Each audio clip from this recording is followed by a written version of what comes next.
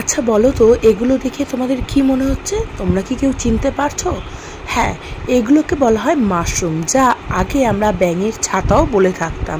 তো কিন্তু এগুলো একটু বড় সাইজের হয়ে থাকে। এগুলো চাষ করা হয় আমাদের শ্যামনগরের মুন্সিপাড়ায় চাষ করা হয়েছিল। তো সেখান থেকে আমরা নিয়ে এসেছিলাম। তো এই দিয়ে আজকে বানাবো চিলি মাশরুম, যার জন্য প্রথমেই মাশরুমগুলোকে ভালো করে কেটে একটু সেদ্ধ করে নিয়ে আমি এর মধ্যে আদা বাটা, রসুন বাটা এবং তার সাথে একটুখানি ডিম এবং কর্নফ্লাওয়ার দিয়ে ভালো করে মেখে নিয়েছি। আমি এই মাখাটা তোমাদের দেখাতে ভুলে গেছি, ওর জন্য আমি বলে দিলাম। এবার সেটা নিয়ে তেলের মধ্যে ভালো করে ভাজা করে নেব, এপিট ওপিট করে। এবার ভালো করে দেখো ভাজা হয়ে গেছে। এবার এর জন্য যে গ্রেভিটা করব সেটার জন্য প্রিপারেশান করে নেব।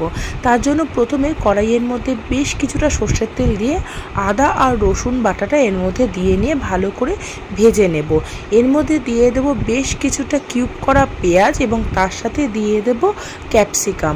আর তোমরা জেনারেলি এই রেসিপিটা আগে কখনো খেয়েছো কিনা আমি জানি না, যদি কেউ খেয়ে থাকো আমাকে অবশ্যই কমেন্ট করে জানিও।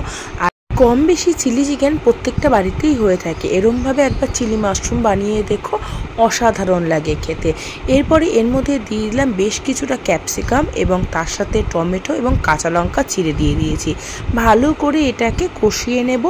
এর মধ্যে দিয়ে দেব সস, তার মধ্যে চিলি সস এবং তার সাথে রয়েছে টমেটো সস, আর তার সাথে দেব কিছুটা পরিমাণে ডার্ক সোয়া সস দিয়ে ভালো করে মশলাটাকে এর সাথে কষিয়ে নেব, যতক্ষণ না সসের ফ্লেভারগুলো এই পেঁয়াজ এবং ক্যাপসিকামের মধ্যে চলে যাচ্ছে। তো তার মধ্যে দিয়ে দেব বেশ কিছুটা স্বাদ মতো নুন। এবার এর মধ্যে দিয়ে দেব আমি একটু ভিনেগার, দিয়ে ভালো করে আবার এটাকে কষিয়ে নেব। দেখো মোটামুটি ফুটে উঠেছে। এবার আগে থেকে ভেজে রাখা যে মাশরুমগুলো সেগুলো এর মধ্যে অ্যাড করে দেবো এবং নাড়িয়ে চাড়িয়ে নেব। তোমরা কারা কারা এই রেসিপিটা ট্রাই করেছো আমাকে অবশ্যই কমেন্ট করে জানিও।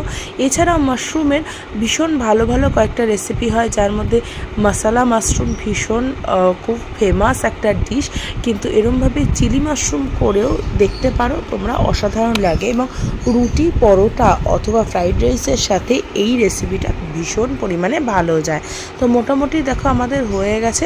তোমরা চাইলে একটু জল দিয়ে গ্রেভি মতো রাখতে পারো অথবা একদম শুকনো করেও নামাতে পারো, যেটাকে বলা হয় ড্রাই চিলি মাশরুম।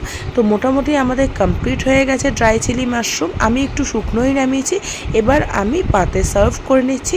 তো তোমাদের এই রেসিপিটা ভালো লাগলে লাইক, শেয়ার অ্যান্ড কমেন্ট করতে ভুলো না। তো আজ আসি, দেখা হচ্ছে আবার নতুন একটা রেসিপি নিয়ে। ততক্ষণে অবশ্যই চ্যানেলটিকে সাবস্ক্রাইব করো এবং পাশে থেকো। তো দেখা হচ্ছে নতুন ভিডিও নিয়ে। টাটা।